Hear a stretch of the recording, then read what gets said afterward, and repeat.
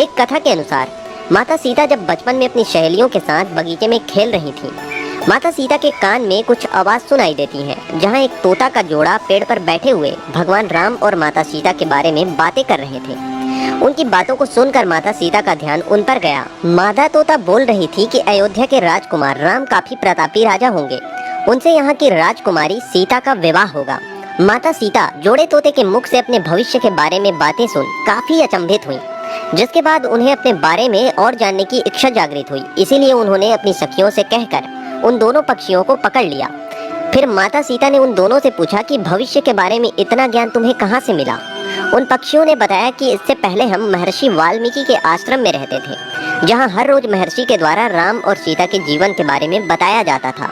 इसीलिए हमें हर चीज कंठस्थ याद हो गई है। जिसके बाद सीता जी सवाल पूछती रहीं और दोनों तोते जवाब देते रहे। फिर सीता जी ने उन दोनों तोते जोड़े से कहा कि जब तक मेरा विवाह नहीं हो जाता, तुम दोनों मेरे साथ राजमहल में ही रहोगे और तुम्हें वहाँ सारी सुख सुविधाएं मिलेंगी।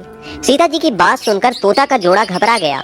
नर तोता ने माता सीता से काफी मिन्नतें की और कहा कि हम खुले आसमान में विचरण करने वाले पक्षी हैं, इसीलिए पिंजरे में बंद रहकर हम जीवित नहीं रह पाएंगे, इसीलिए हमको आजाद कर दीजिए। तोते ने इसके लिए बहुत याचना की। तब सीता जी ने नर तोते को छोड़ दिया, लेकिन मादा तोते को नहीं छोड़ा और कहा कि ये मेरे साथ ही रहेंगी। मैं इसके लिए सोने का पिंजरा बनवाकर रखूंगी और रोज इससे अपनी जीवन की नई कहानियां सुनूंगी। तोता ने कहा कि मेरी पत्नी गर्भवती है, इसलिए उनको ऐसे समय पर जाने दीजिए। फिर भी माता सीता को उन पर थोड़ी भी दया नहीं आई और वह स्वार्थी और निर्दयी बन गईं। काफी मिन्नतों के बाद जब माता सीता ने तोते को आजाद नहीं किया, फिर मादा तोता ने सीता के ऊपर क्रोधित होकर श्राप दिया कि जिस तरह तुमने गर्भावस्था में मेरे पति से मुझको अलग कर दिया है, वैसे ही गर्भावस्था के दौरान तुमको भी पति वियोग सहना पड़ेगा। इतना कहते ही मादा तोता ने अपने प्राण त्याग दिए।